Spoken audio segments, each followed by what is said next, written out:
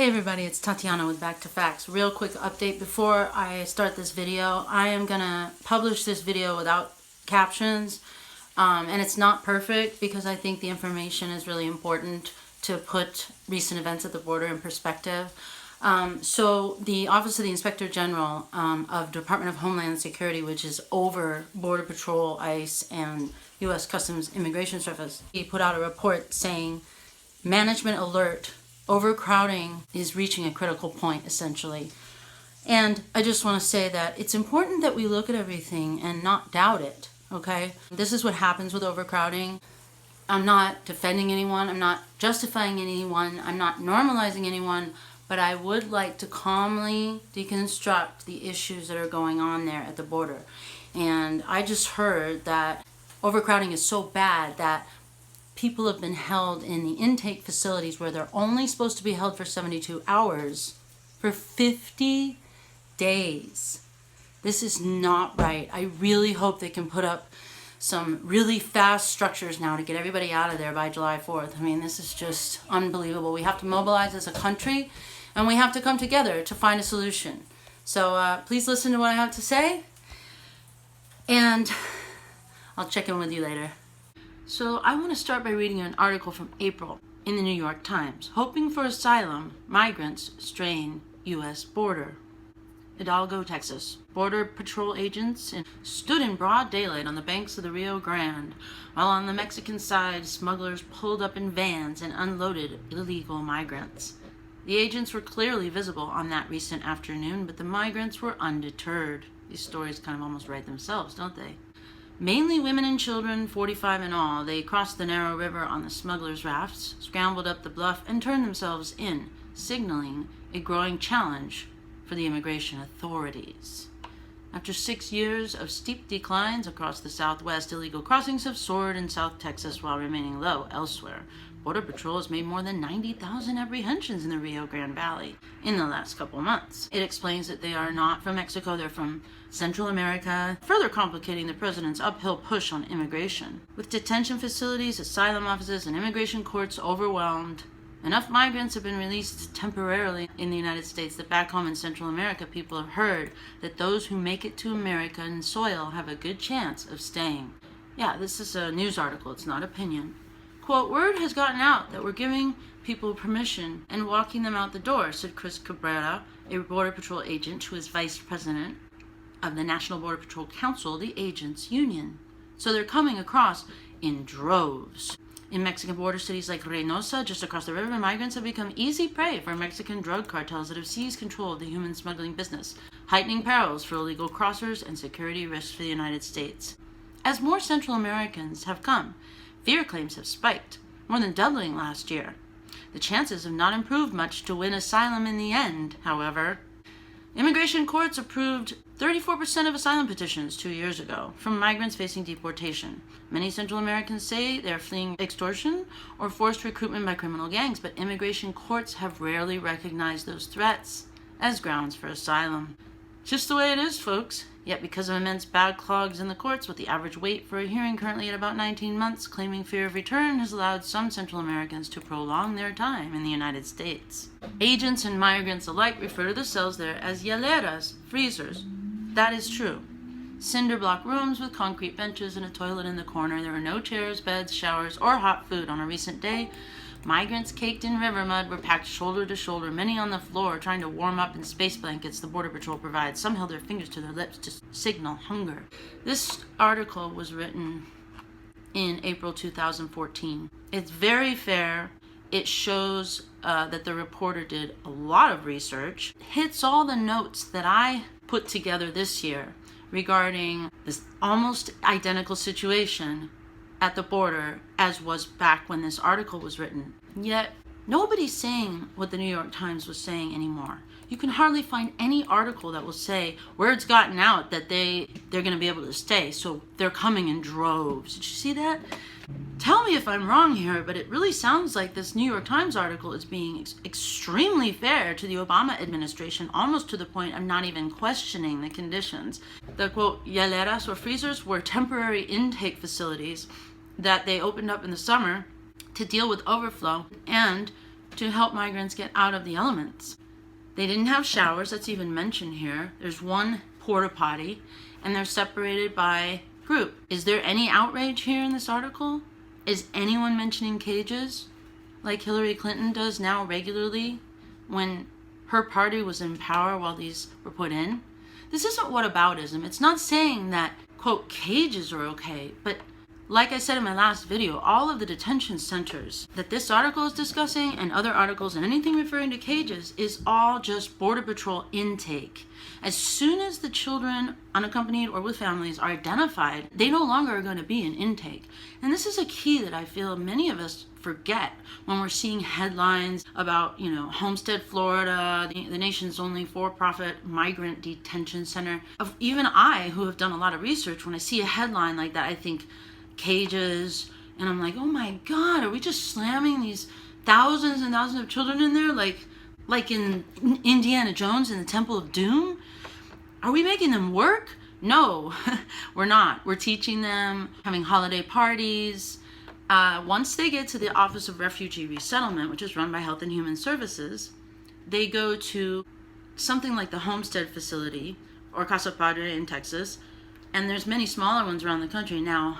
These are overflow facilities after they get out of Border Patrol custody. So the overflow facilities are temporary, and so it costs 3 times as much as another facility, a smaller one that's been more established. This misinformation that lumps all facilities together and conflates Border Patrol with Health and Human Services is not doing us any favors. Am I saying, oh, the Trump administration is doing everything it can? No, and I'm also saying I don't know for sure that there aren't right now a certain percentage of children being treated unfairly by either Border Patrol or Health and Human Services contractor employees. What I do know is that America is the good guy in this scenario. We haven't always been the good guy, America, but in this scenario, we still are the good guy. From what I've heard, in general, there's food available in the shelters. Once they've gone through intake, they can have unlimited access to snacks and pudding in between meals. There were even showers at the Clint, Texas facility. It's just that because of overcrowding, they could only shower every 3 days, according to a report in NPR. So I'm just saying you really need to balance the situation with what's possible, what has changed rapidly. What happened was after the migrant surge in 2014, things went down a little bit. And I don't know why exactly, but now they're surging again. They're coming again, perhaps to test Trump. And they're clearly organized. But as you can see from the New York Times article in 2014, they still have to pass through the smuggler system and the cartel system. And if you talk to people, reporters who spend time at the border, they'll tell you that the cartel owns that no man's land. Another thing that I thought you'd be interested to know is that between 250 and 400 migrants die at the southwestern border every year, and that has been the case since before Obama, during Obama. Doesn't that make you kind of stop and say, wow, so we're being manipulated here? It's not that it's okay that a young man and his 2-year-old daughter drown in the river, but if you're going to report on that, you're going to express your sorrow and your outrage, you've got to take into account that every day Border Patrol is also rescuing families in the river, pulling them out. They just couldn't get to those on time. And that's President Trump's fault. I understand we used to blame Obama for everything too. Thanks, Trump. Before you panic and before you say this isn't who we are, or you start to really question who's running things, I just want you to take a deep breath, think about the article I read you in the New York Times and how fair it was, to the point where I think they should have probably questioned the procedures a little bit more. And think about how the outrage is actually interfering with solutions. We saw that with the bill, the emergency spending bill, that was passed in a bipartisan manner in the Senate. I'm not an expert on what the House bill was, but I do know that back in 2014, when that article came out in the New York Times that I just read you that was very fair, no one was talking about abolishing ICE. No one was talking about abolishing the Border Patrol. No one was talking about the idea of not having any detention whatsoever. It just kind of makes you think, doesn't it? Sure, maybe Obama shouldn't have had detention. What happened was the Obama administration housed families together while they were waiting their cases. And you saw in that article, 19 months was the average time. You also saw that a majority of asylum seekers, they don't get an approved petition for asylum. Then they're ordered deported, but guess what?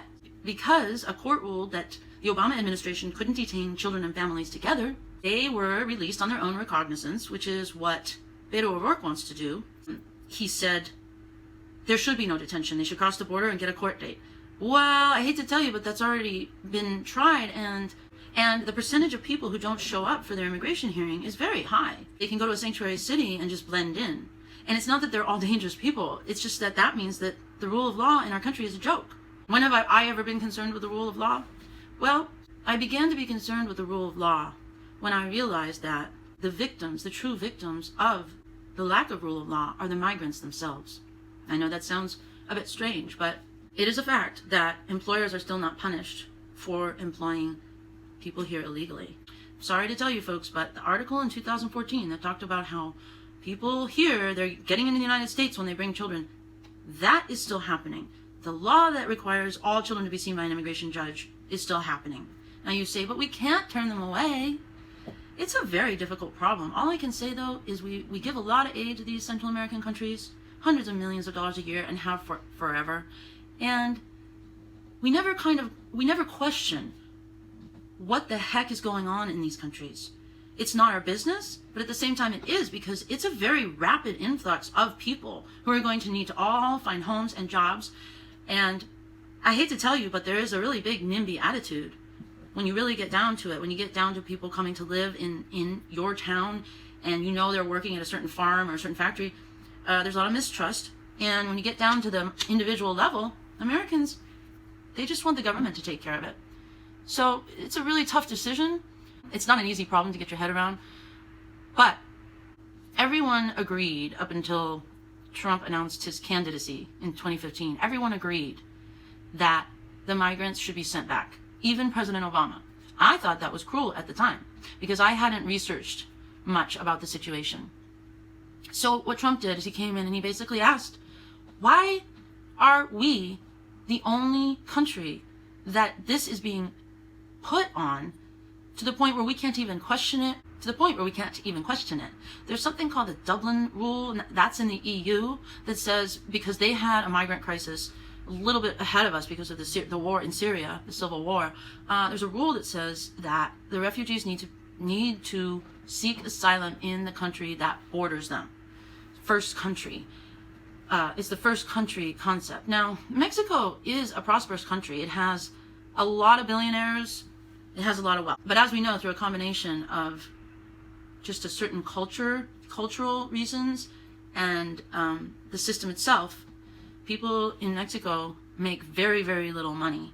And they're also, while increasing productivity for these multinational corporations. So another thing that we saw is that in Honduras, one of the 3 Central American countries that these children are coming from, and Tegucigalpa was right up there as one of the murder capitals, of the world about 2 or 3 years ago. And Honduras has been concentrating on getting that fixed, and they actually fell way down on the list. But guess what is now #1 murder capital of the world? It's San Jose del Cabo at Cabo San Lucas, believe it or not. Isn't that insane? Yes, I double checked it.